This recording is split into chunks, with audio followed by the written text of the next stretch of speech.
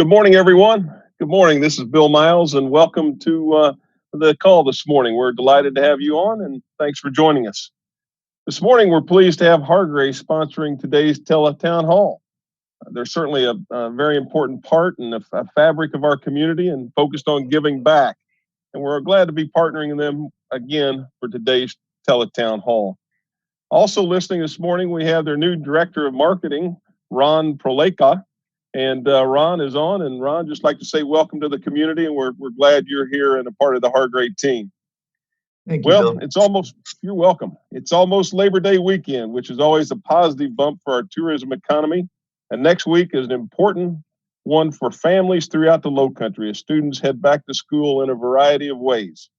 And your chamber is involved and engaged. Our team has been successful in soliciting a grant from the Walmart Foundation for students in need of school supplies as part of our Project Connect program.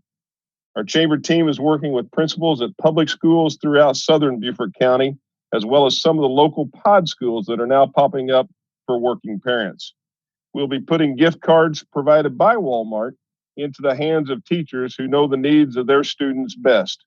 Even though school is online, the need for supplies is still there.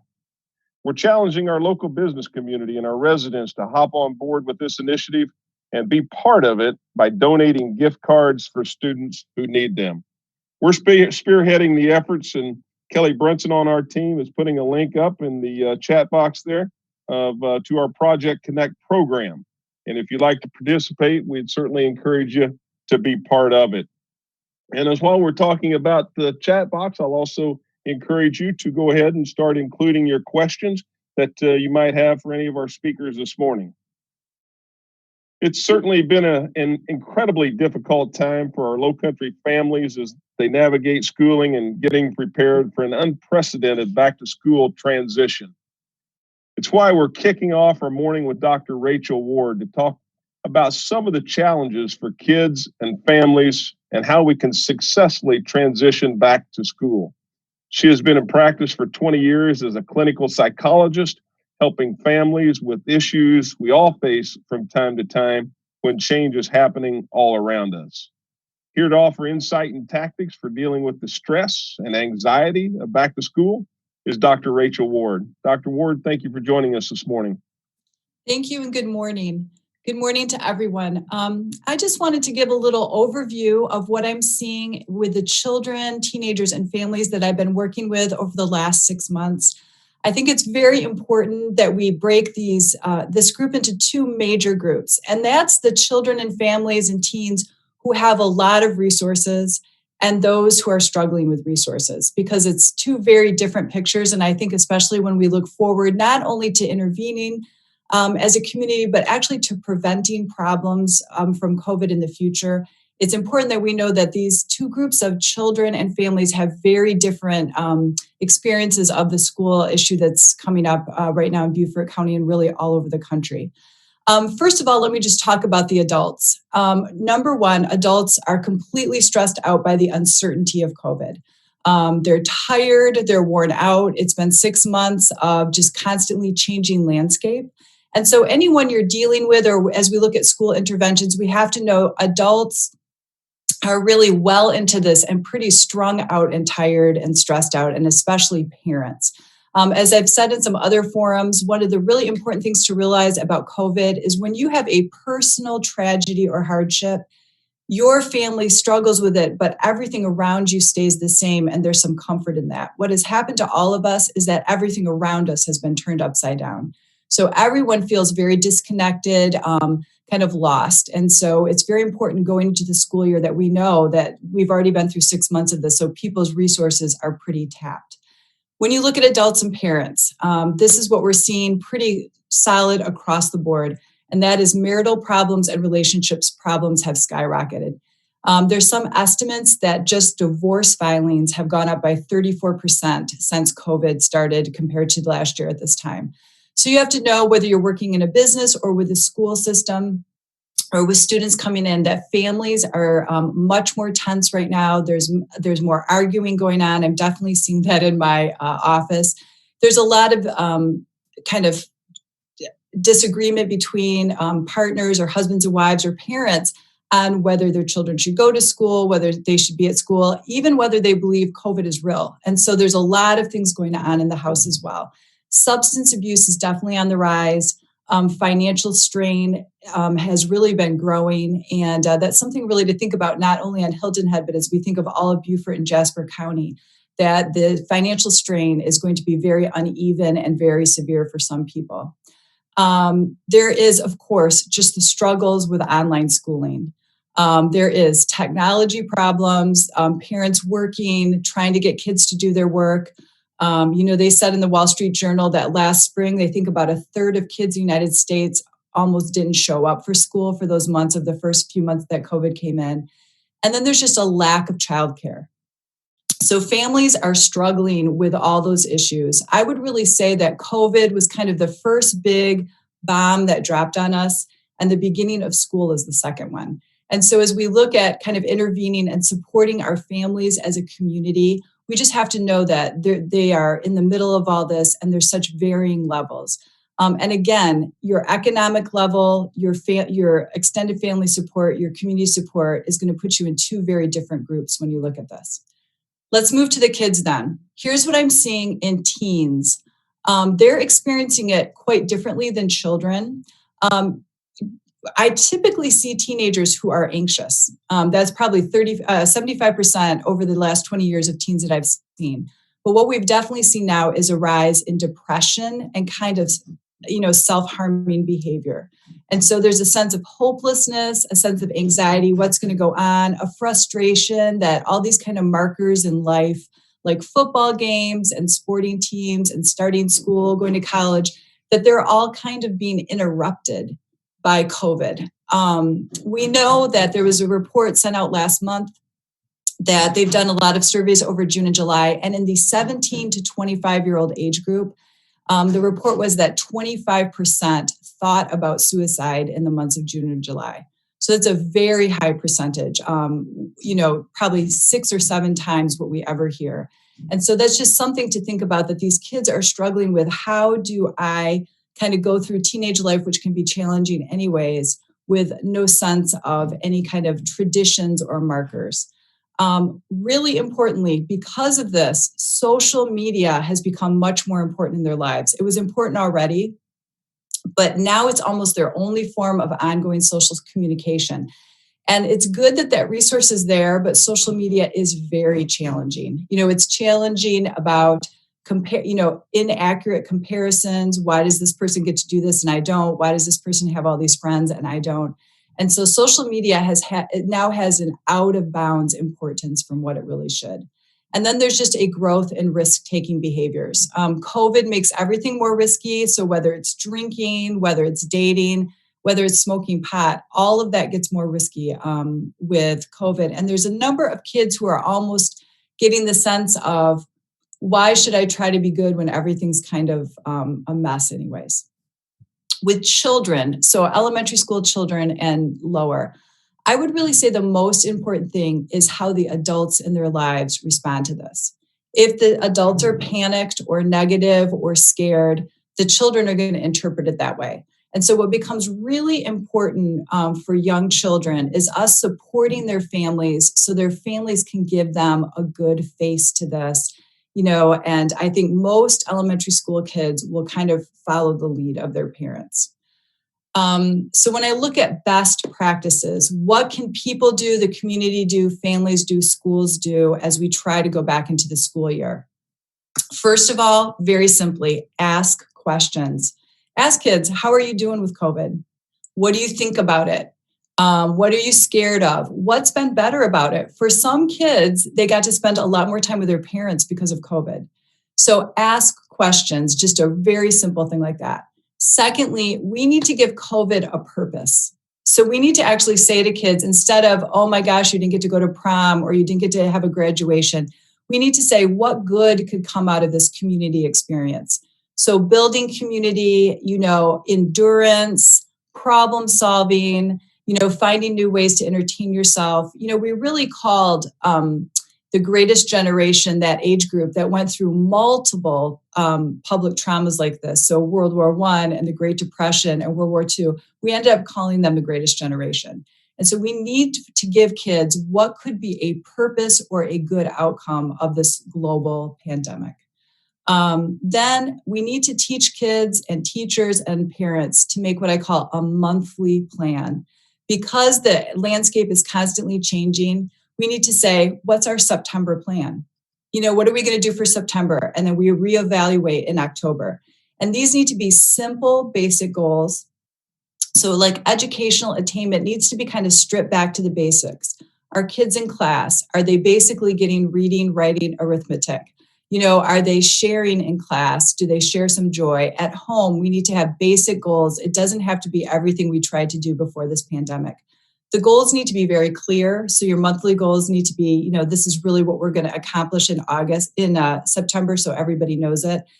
And then lastly, have some joy in that plan. What are we going to do to enjoy this month and still have good days, even though we have all these struggles with COVID?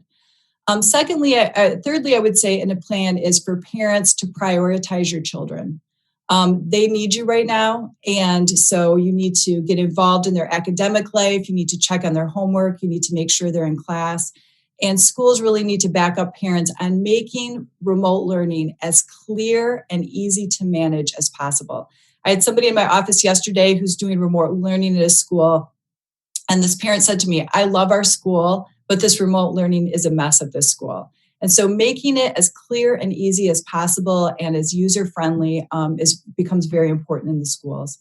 We need to teach kids history, that this is not the only time something like this has happened, that communities have banded together and really grown through hardship before. And so they need to know that there have been times before when these things have happened and good has come out of it. Create a COVID-19 social life. And so we need to start saying, here's how you can socialize even though this pandemic is here. I think that's for adults as well. Obviously, it's got to be a limited number. It can't be dependent on large gatherings. But I think we have to stop waiting to say we'll go back to all that when this is over. We don't want to be foolish and be in big groups, but we need to show kids and students, how do we socialize at some level online, but also in a socially responsible way that here's how we can do this and you don't have to give up a social life. And then I would say to teachers and parents and even community members, at appropriate level, poke your nose into the social media life of the kids in your life. Don't assume that all that's okay or that they need more of it right now. Definitely you don't want to be, tracking a 17-year-old's texting every day. But definitely as parents, as teachers, as community members, we want to really say we're invested in you and we want to make sure that you're not going down a road right now because you feel bored or because you feel hopeless. And so I just think we have to know that we're deep into this. People's resources are tapped. And as a community, we can really step forward and not only intervene on some of the difficult things that are going on, but prevent a lot of difficulties in the future. So hopefully that's just a helpful overview of what we're seeing on the mental health front. And I'll be glad to answer any questions if there are some. Dr. Ward, thank you so much. And some of those statistics you had shared are just staggering, right. mind-blowing. Yes. Our first question for you this morning comes from Kathy, Dr. Ward. And Kathy is asking, what is the top thing you believe families can do to help their children succeed in school and grow in a positive way during this challenging time? Absolutely. I think the first thing is really as parents prioritizing what's going to be important about this semester of school. So I would really say participation, that they're there, that you really kind of clarify for the kids, I always say to parents, tell your kids what grades you expect of them. I'll ask a lot of kids, what grades do your parents want? They'll go, I don't know. I think they want all A's. So if you say to your children, you know what, if you get C's and above or B's and above, you get these classes done, that really, I would say participation and just kind of narrowing down for your children, what are your main priorities for this school year? I also think very much your children need help navigating the virtual world, even though they're great at it. Communication with teachers is difficult. Even for teenagers, they're pretty intimidated talking to teachers or emailing teachers. And every teacher is organized at a different level. So definitely stay involved, but keep it simple and don't think that this semester has to be their best academic semester ever. All right. Thank you for that answer. The next question comes to us from Bobby, and Bobby is asking what businesses can do to help working families cope. Absolutely. So, I mean, I know that this is, difficult because businesses are businesses, but the more flexible you can be with parents who have children. So if there are different schedules they can work, if they can work a second shift instead of a first shift so they can be home with their kids. If it's possible, to have them work 3 12-hour days instead of a week-long week, anything that's legal and ethical where your business can still run. I just saw that the New York public schools are actually holding school off for another week because they're not ready. But one thing that they're talking about offering is almost like a second shift of school so that kids could do online school like from 3 to 8 so their parents could be home. So I know it's got to be reasonable and business have to be able to run. But I would also just make sure with all your employees, do they have internet at home? Do their kids have the resources they need? I just saw a man on Savannah News last night who's just building desks for children because lots of kids don't have desks. And also there's, of course, lots of resources that maybe you can hook them up with, like pod schools. I know the Boys and Girls Club is doing one. And so it's really just being flexible and understanding as much as your business can handle it of what a challenge this is for parents. Dr. Ward, thank you. One last question for you. We have several of our child care providers on the call this morning, as well as some of you mentioned the new pods, some involved with that. What would be your advice to them as they start charting a new course?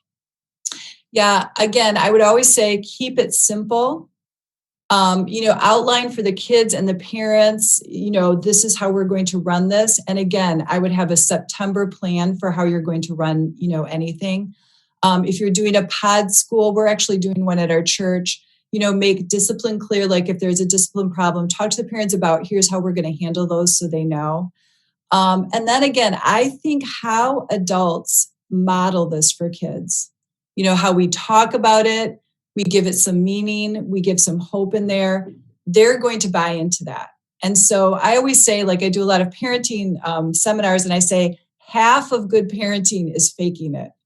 Faking like you can handle something, faking like sometimes like you know what you're doing. And so for all adults, I think it's understanding that we need to model for kids that we're going to make it through this, that even people we disagree with, whether it's on masks or politics, that we'll come together as a community for the good of everyone. That's probably the best thing childcare workers, teachers, and parents can do. Dr. Ward, that was so helpful. Thank you for being with us this morning. And we appreciate what you're doing for our community. Thank you so much. All right. Thank you. And that's certainly a great segue to a leader who has worked tirelessly to start school safely and ensure that our kids are learning. The magnitude of his job is astounding. He's in charge of overseeing 22,000 students in 5 early childhood centers, 17 elementary schools, 7 middle schools, and 5 high schools. And Dr. Rodriguez, thank you for the job that you and your team are doing. And we look forward to hearing your update this morning. Bill, thank you for having me on today and inviting me. It's always a pleasure to join this conversation. And I'd be remiss if I didn't also start and thank Dr. Ward for her words this morning, and I think words of wisdom. I'm a parent as well, and so, but like everybody else, I'm certainly not perfect parent, right? So it's great to hear words of advice and words of wisdom for everyone in our community as well. So thank you, Dr. Ward, for that. And Bill, I'll reach back out to you because I'd love to get a contact number for Dr. Ward as well. I think dialogue and communication, even with our schools, would be really important. So I'll reach back out to you on that. I'd first like to start and say that the district is really highly encouraged by the declining DHEC metrics that we've been seeing now for a couple of weeks. when as a district we announced that all schools would be starting school in a virtual capacity, the metrics had been steadily increasing for 5 to 6 weeks. And now the percent positive rate has dropped from what it was at 21.9% around August 10th or so to 13.9 as of Monday. And so declining indicators like that are great news for us here at the district, because I promise you, nobody wants to open our schools for face-to-face instruction, more than we do. We love having our kids in the building, and I will tell you this as a lifelong educator, that schools are lonely places without the sounds of our children and our teachers engaged in teaching and learning. And we miss them, and we want them back in our schools. And so that is something that we're striving to get to. I think it's really important, and I'm really grateful for the work that our community really as a whole has done to help decrease those transmission rates to the point where we're at. That said, we're ready to start virtual instruction on September 8th. We're simultaneously making final preparations to make sure that when we're able to transition back to face-to-face, that all of those really critical protocols are in place to help maintain the safest environment possible for teaching and learning to take place in. So that's an important piece. We're hopeful that downward trajectory is going to continue, and that face-to-face instruction would be sooner rather than later. One of the things that I think people often, we don't even realize it ourselves, but under normal circumstances, the complexity of how schools function and run, you have over 1,000 people in school buildings on a daily basis, transitioning in and out, schedules having to correlate and function on a perfect system, and all sorts of different engagements that take place. One of the things COVID has done is with the planning for virtual and planning for face-to-face is that essentially we're operating 2 schools in every school, right? And essentially we're trying to make these schedules function and work together for our virtual component, and then we have to be ready for those that wanted face-to-face when we're able to transition. So it all has to flow seamlessly, and so that complexity of all these massive schedules functioning and working together just sort of becomes even more complicated in this environment. So we're ready for it. We prepared for it. We have all the scheduling preparations that are happening. We will begin with all virtual instruction next week, and we look forward for that opportunity to transition into face-to-face when we're ready to do that, when it's safer to do that. I want to make an announcement for you regarding our special education. Last night at a board meeting, I shared with the board members that since announcing our full virtual start to the school year, we've been working with our special education department to determine how we can best meet the basic academic and functional needs of our special education students with low incidence disabilities. This is, when I say low incidence disabilities, I know that's jargon that we use, but what we're really talking about are students with severe intellectual and cognitive disabilities, some students that are in autism-focused classrooms, students who require instruction that's related to visual impairment, or others who require instruction related to deaf and hard of hearing needs. We've been looking at ways that maybe we could meet their needs and support their needs, and we've concluded that the best way to support these children's needs is really to have them come in for face-to-face instruction. These are students in our community that need that component, and it's just a critical matter in order to deliver the services that they need. And so we have approximately 220 students with low incidence disabilities in our district. and 138 of these families requested face-to-face instruction when they registered for the school year. And so I'm pleased to share that we've developed a plan in order to be able to educate these students at their schools. That will start on September 14th, and essentially it will be a half-day hybrid model that would allow for that much-needed face-to-face instruction and therapy services that these students need. And so we're going to keep these student groups small to ensure health and safety is maintained, and we're going to work to support their needs and make sure that those are met. I'd also like to take a moment, I mentioned earlier, and thank the community who's been doing such a great job with helping to reduce the spread of the virus by either the physical distancing and masking recommendations that are out there and following on that. And I have no doubt that this has helped make a difference in our community.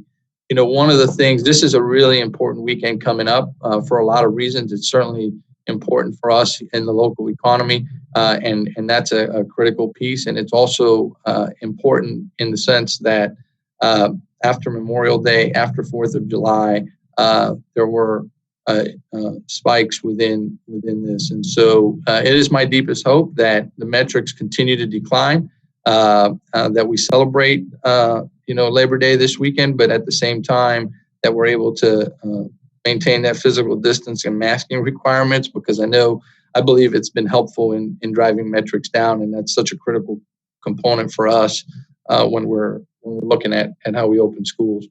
I want to just take a moment to share that in connecting with our teachers, I'm proud of them, and I'm proud of their dedication and their flexibility that they operate with on a regular basis. They are some of our most resourceful people in our community as educators. And, some may think that teaching online is easier than doing so from the classroom. I can assure you that delivering virtual instruction is much more complex and much more complicated, and certainly more taxing on our employees and on the system than face-to-face instruction is. And this shift certainly presents significant change for everyone. Our teachers, our technology staff have embraced this challenge head on, and they're some of the most talented and creative people that I've ever met. I'm proud of them. I'm proud of the work that they're doing to deliver high quality instruction for our students. And so I know they'll continue to take great care in educating our community's children, our children here that we serve, no matter whether it's virtual or face-to-face format. So their dedication remains steadfast, and we as a district are incredibly fortunate to have them here. I want to make sure that I share with you our children during this will continue to be fed as we've been doing.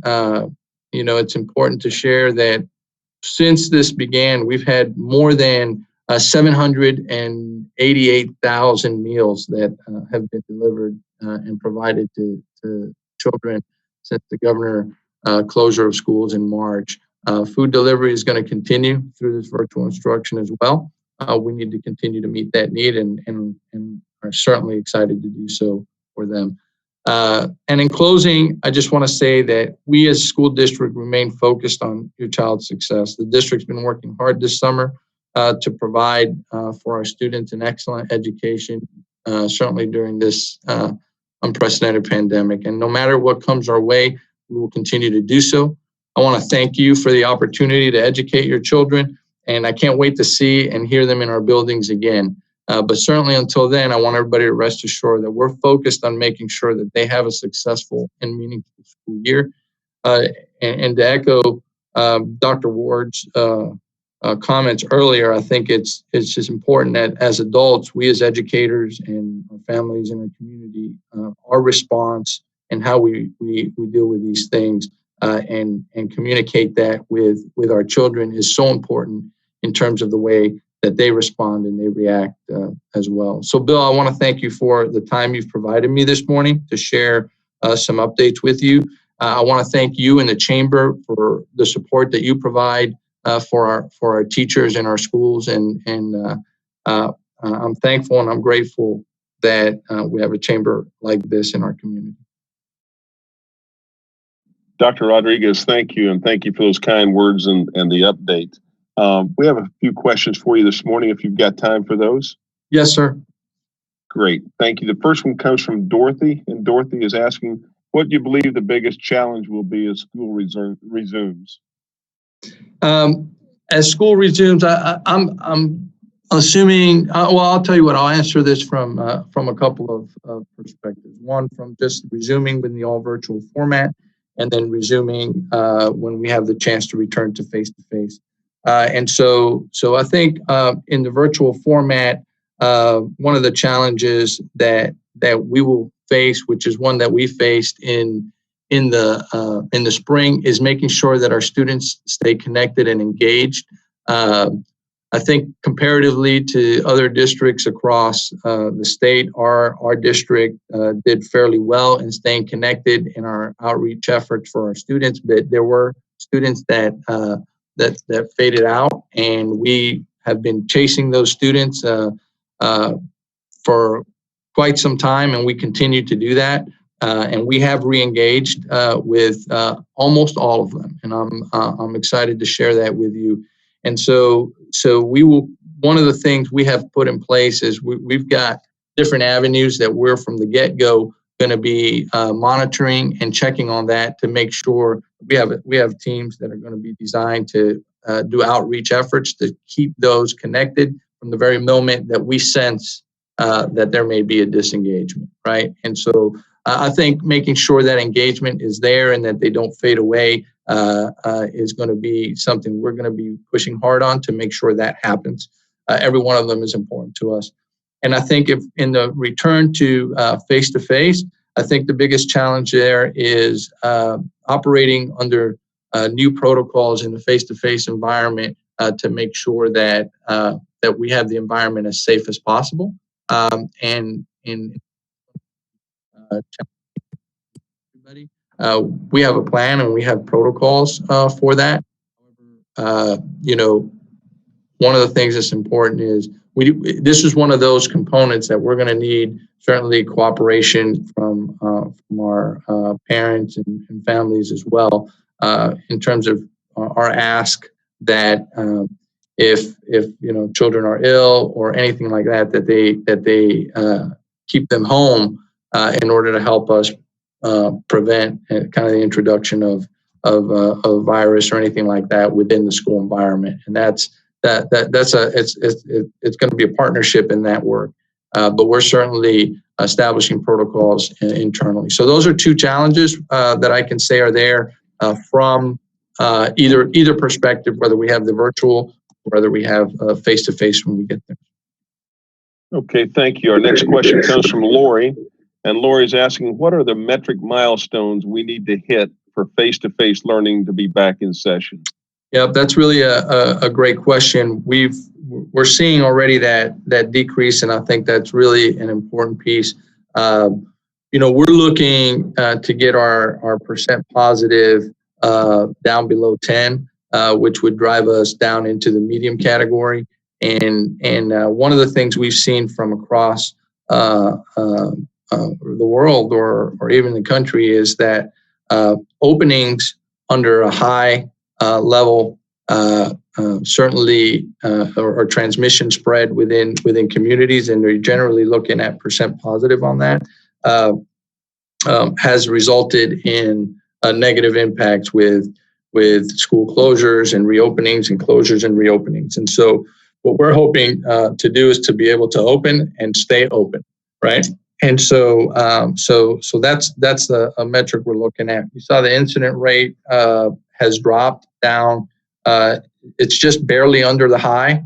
So we need it to keep dropping, but we are in the medium in that category. It's really now in the percent positive to come south, and we'd love to see those numbers continue to drop. So thank you for that answer, Dr. Rodriguez. Next question comes to us from Kim, and Kim is asking, when will child care organizations who are serving as virtual learning sites have training by the district staff? So I'll have to I don't have that answer with me. That's a great question. That's one I'll have to check with my training and development team But that's really a great question. So I will look into that. And Bill, I'll be glad to get that if you have a way to disperse that information to the people on the call. I'll certainly be glad to do that. And we'll make sure that we communicate that out as well from our communications team. But that is definitely an important part of this equation, no doubt. Yes, and we will be happy to share that information with those on the call today. So thank you for that. And last question for you, Dr. Rodriguez, comes from Bobby, and Bobby is asking about the latest update on high school athletics. So in terms of Beaufort County, we're following the high school league recommendations on that. We some of our they have a schedule for that in terms of when the schools start, and they've spaced that out. So we have our fall sports have been engaging in one format or another already. And we have very strict protocols about that and a screening process before every practice. And really, when I say practice at the moment, most of it has been workout sessions. And we have teams like cross country, I think volleyball, I think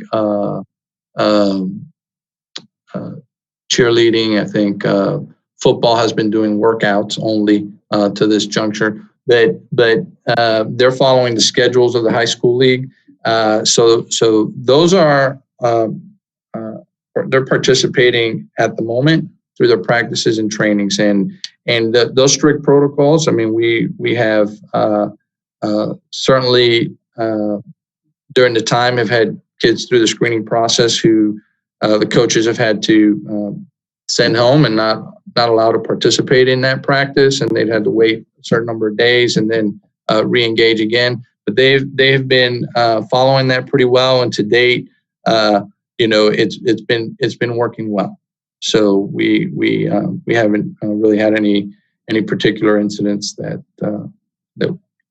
we need to worry about at the moment. So I say all of that as I'm knocking on wood on every table I have around me and every piece of wood I have around me. But we're progressing through that. Very good. Dr. Rodriguez, thank you for your time today, and best of luck next week. And we'll all be certainly thinking and praying for you and your teachers and all the parents as they get back to learning with school. Bill, thank you. And again, Dr. Ward, thank you for your comments. And thank you, all of you from our business community, for the manner in which you support and are flexible with parents through this opening of schools. Appreciate it, all of you. Thank you. Last week, we had Dr. Kaka with us again, and we're happy to have him back this week. Dr. Kaka is with DHEC, and he delivers some positive trend information for our area, and we're hopeful that he'll be able to do the same today. Dr. Kaka. Thank you. Good morning, everyone. So a quick update on the numbers again. So in the past week for the state of South Carolina, we're reporting 6,028 confirmed and 330 probable new cases of COVID-19, which brings the total number of people with the disease in the state to 118,116 confirmed cases and 1,730 probable cases. For Beaufort County in the past week, this includes 197 new confirmed cases in the past week, for a total of 4,766 confirmed cases. The probable count is now at 27 cases. Previously, it had been reported as being 25 cases. This means that 2 cases previously reported in Beaufort County were determined to be residents of other counties or states after a follow-up investigation. For the Hilton Head zip codes 29926 and 29928, 51 new cases were reported for a total of 844 cases. For the Bluffton zip codes 29909 and 29910, 53 new cases were reported for a total of 1,404 cases. So the state of South Carolina, Beaufort County, Hilton Head and Bluffton saw a slight increase in the number of cases compared to the previous weeks. So for the state, this was an increase from 5,514 cases to 6,028 cases, an increase of 514 cases from the previous week. Beaufort County saw an increase in case counts of 10, going from 187 to 197 cases. Hilton Head saw an increase of 33 cases, going from 18 to 51 cases. Island-Bluffton saw an increase of 3 cases, going from 50 to 53 cases. So we definitely prefer to see a decrease in the number of cases comparing to the previous weeks, but this is not a clear trend that there's an increase in cases going on. In fact, this may continue to represent a leveling off of the case numbers after the dramatic decreases we had seen in the previous weeks. Unfortunately, today we're also reporting 218 additional confirmed COVID-19 related deaths and 10 probable deaths in the state in the past week. This brings the total number of people confirmed to have passed away from the virus to 2,626. There have also been 131 probable deaths related to COVID-19. 4 additional confirmed deaths were reported in Beaufort County individuals, and the total there is at 66. No additional probable deaths were reported in Beaufort County, and the total remains at 2. So new deaths reported in the state increased last week compared to the previous week from 178 new confirmed deaths to 218 confirmed deaths over the week. Confirmed deaths in Beaufort County individuals was unchanged at 4 deaths reported in the previous week. Although there was an increase in the number of, although there was an increase in the number of deaths, the total from 2 weeks ago of 178 was the lowest total seen in several weeks. The total of 218 from the previous week matched the total from 3 weeks ago, which again may indicate a leveling off of the numbers rather than a true increase in the numbers being reported. So we will continue to monitor these numbers and provide updated guidance as indicated. A couple of DHEC related news releases came out last week. One is that DHEC provided guidelines that will start allowing outdoor visitation at nursing homes. The other related to schools, and that DHEC will now start reporting cases reported in schools on our website beginning later this week, and those totals will be updated twice a week. So opening up visitations and keeping case counts low in schools is dependent on everyone doing their part to control the spread in the community through social distancing and wearing a mask. And we appreciate all the work that people have done to bring the numbers down to the level that we're currently seeing. So as always, latest updates on COVID-19, you can visit our website, scdhec.gov/COVID-19, and I'm happy to take any questions. Thank you, Dr. Katka. The first question comes to us from Tom, and Thomas is asking about the effectiveness of or not wearing face coverings. Yeah, so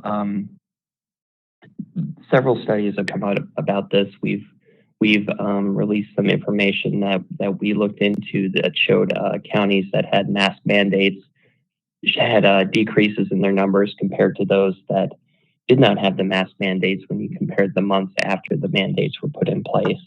There's been several studies that have kind of pointed to this effectiveness of wearing the mask and decreasing transmission. And this is something that I've been honest with people when CDC came out with this recommendation. I was like, that's really, they think putting a piece of cloth over your face is gonna help with this. And sure enough, that's something I was wrong about. There's more and more evidence coming out that even using just these cloth masks are pretty effective at kind of decreasing transmission of the virus. Thank you for that answer. Next question comes to us from Darcy, and Darcy is asking about if there's any more direction in saliva testing. Do you foresee that type of testing more widely available anytime soon?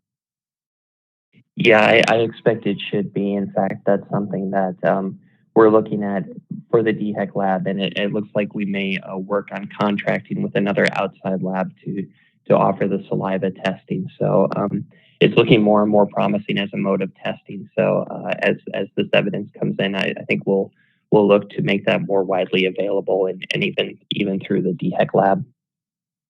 All right, thank you. And our last question for you this morning comes from Neil. And Neil's asking if there is a level of cases need to be to open inside visitation for nursing homes and senior living facilities. So there's no specific threshold at this point. The plan will be to kind of monitor how the outdoor visitations go. We've been trying to be very, very careful because once the virus gets introduced into these settings, it's very hard to control, and this is obviously a very high risk population. So that's the reason for moving forward very slowly and kind of starting with the outdoor visitations where we know the virus doesn't spread as easily, and kind of monitoring how that goes and then proceeding from there. Dr. Kaka, thank you again for being with us and providing your weekly DHEC update.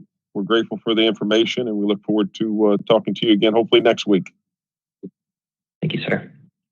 Thank you. Labor Day weekend traditionally closes out the summer season in a strong way, and this year is certainly no exception. Airbnb recently noted that Hilton Head Island is one of their top trending destinations in the country for Labor Day travel. As we head into Labor Day weekend, it's great to get a state perspective on tourism from the head of SCPRT and our friend Dwayne Parrish. Dwayne? Good morning, Bill. Glad to be back. How are you? We're doing well, and for those listening, Dwayne we missed him the last couple of weeks because he had a son that was getting married that he got to enjoy that. So congratulations on that, Dwayne. Thank you very much. A true treasure, and yeah, it was well, I had to be off. It was an awesome time to spend with my family. But thanks for bringing that up. So I thought I'd give everyone an update. There's a few numbers in here, and I won't. I know you can sort of get lost in the numbers, but they're very important, particularly to our industry, and sort of relate to what Bill just talked about in terms of short-term rentals, which I'll talk briefly about. But, so as of yesterday, we have 26 hotels closed in the state. This has jumped up a little bit from the number of 20 that I've given in weeks past. Some of this is due to virus, some of this is due to renovations and other things. At any given time prior to COVID, we had 10 to 15 hotels closed, so I'm really not too alarmed by that number. But so hotel occupancy, the latest numbers I have are for the week ending August 22nd, which was the Saturday before last. The United States ran 48.8% occupancy. The Southeast ran 46%, and South Carolina ran 48% occupancy. Hilton Head and Beaufort County, which includes Hilton Head and Beaufort, led the way at 62.6%, very strong. The month of July, the entire month total for the month of July, if you remember July, we had a spike in cases, quite frankly, nationally, but certainly in the South. And we had peaked up around 58% for 1 week, and then it dropped back after that sort of spike in cases. But for the month of July, the U.S. ran 47%, the Southeast ran 47%, and South Carolina ran 50.8%. So we had actually outperformed both the U.S. and the Southeast. Hilton Head Beaufort, again, led the way at 69.1% occupancy. Very strong. And then lastly, short-term rentals. So this is a combination of, as Bill mentioned, Airbnb, HomeAway.com, VRBO.com, the different sites. Some of those actually represent same properties. But the short-term rental market, as I mentioned before, it was doing very well prior to COVID and has continued to do well throughout the pandemic. So occupancy in July for the short-term rentals for the U.S. was 68%. The Southeast was 66%, and South Carolina was 72%. As a comparison, 72% occupancy in July for South Carolina was the same performance percentage we had in July of 2019, versus hotels are down about 40% in July from 2019. So a tremendous difference, offering of more square footage, the ability to have a kitchen in most places, allows people to eat at their own place or hunker down, if you will, particularly in terms of providing food for family or friends that are there. I think has become very appealing. Not being in a large building with a lot of other people has become very appealing. All those things have fared well, and congratulations to Hilton Head and Bill and you and your team. Hilton Head has done very well within our state in hotels and certainly led the way in short-term rentals, as you pointed out. Airbnb has named you one of the top places in terms of occupancy. I thought I'd give you one other sort of, these aren't numbers, but a statistic that tells you a little bit about where the American traveler is today. For the month of July, the top 5 occupancy states are out in descending order: Idaho, South Dakota, Montana, Wyoming, and Mississippi. None of those states have a city or SMA, standard metropolitan area, over 250,000 people. Clearly, sidewalks and people are out. Fields and farms are in. That is where the consumer is today in many cases. When they travel, it is about the outdoor experience. Not being in a downtown has become very appealing. Hilton Head offers a lot of that. You probably have in Hilton Head have the best set of sidewalks, or not sidewalks, but trails for pedestrian and bicycles throughout the island. You don't have many quote unquote skyscrapers or a downtown, if you will. All of those things are certainly very appealing to people, and you've done a wonderful job of marketing that, and it's certainly reflected in those numbers. But to me, those 5 states, only one even east of Mississippi, and none of those really, probably some of our least populated states in the country, tells a lot about where they are. Along those same lines, I thought I'd share with you the latest traveler sentiment information from Longwoods International. There is some good news in here and some good results of where people are thinking today. So the percentage of those confident in traveling outside of their community jumped to 49%, the highest level since early May. The percentage of those confident in dining in local restaurants and shopping in local stores is also up to 48%, the highest level since the May 13th low of 31%. A majority of American travelers indicate they plan on taking a trip in the next 6 weeks, with road trips being the most popular. Almost 70% of Americans indicate that they plan to travel in the next 6 months. And almost half of American travelers now report feeling safe in traveling outside of their communities.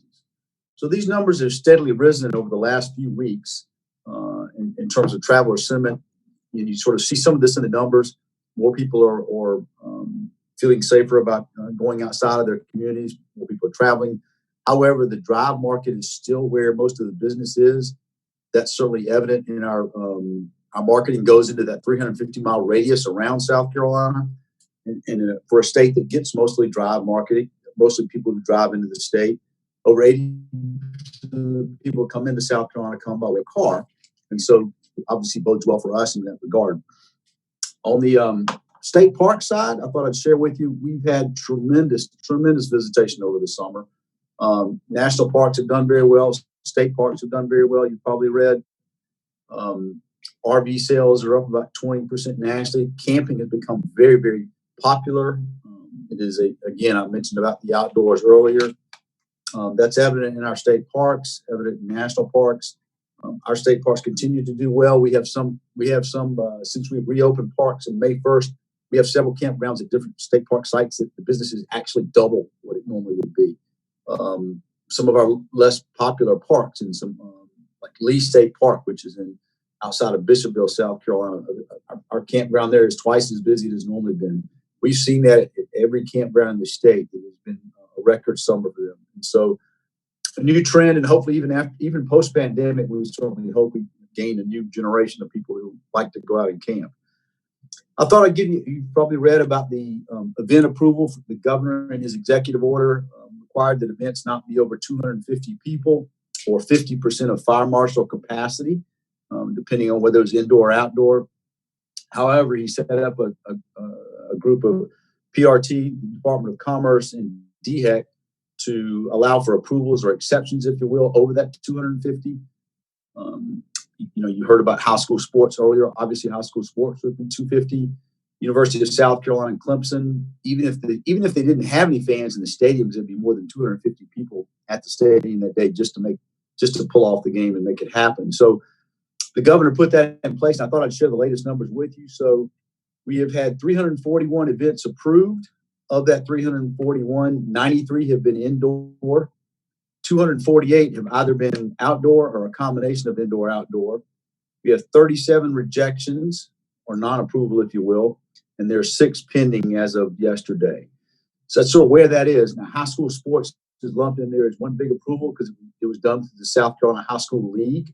And so those same stipulations and protocols are in place for every game and every event. Same thing for college. University of South Carolina and Clemson both submitted their plans for fans. USC, I think, is allowing about 22,000 fans.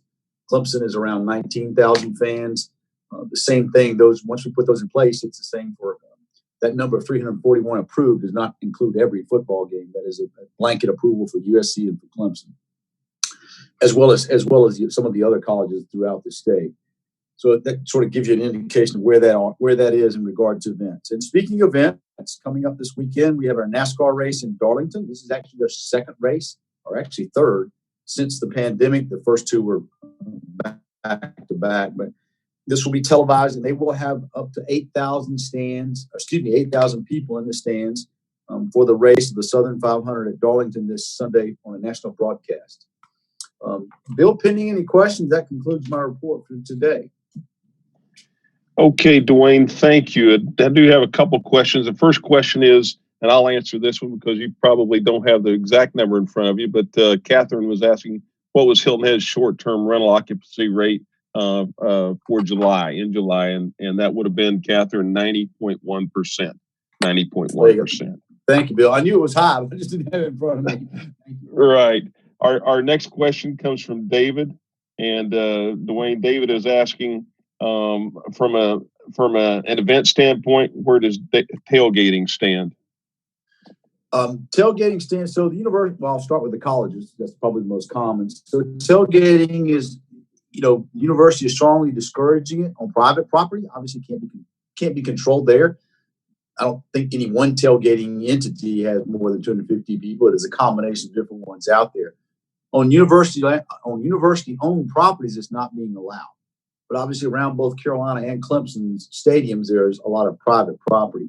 Other events like the steeplechase in Charleston, for example, they're allowing tailgatings, but in every other spot in between. So there's a spot of, I can't remember the width of an actual parking place, but 12, 14 feet, whatever it may be, that every other space is open, so to allow more space. And then they're not allowing more than 10 people at any one space.